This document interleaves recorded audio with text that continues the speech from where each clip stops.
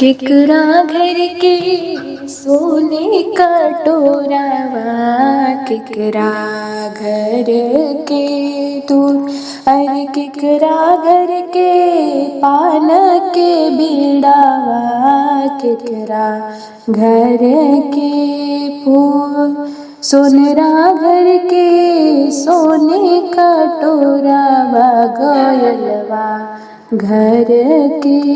दूध, पनहरिया घर के पान के बीड़ावा, मलिया घर के फूल, अरे टूटी गईले सोने का टोरावा, ढरकी गईले दूध, अरे सूखी गईले पान के बीड़ावा, चुराई गईले फूल, अरे रूसी गईले सूरज दुलारुआ, रखी या के जून, अरे रूसी गईले आदित्य दुलारुआ, रखी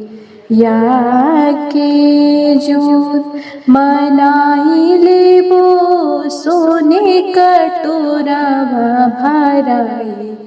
लेबो दूध, बेसाही लेबो पान के बीड़ावा,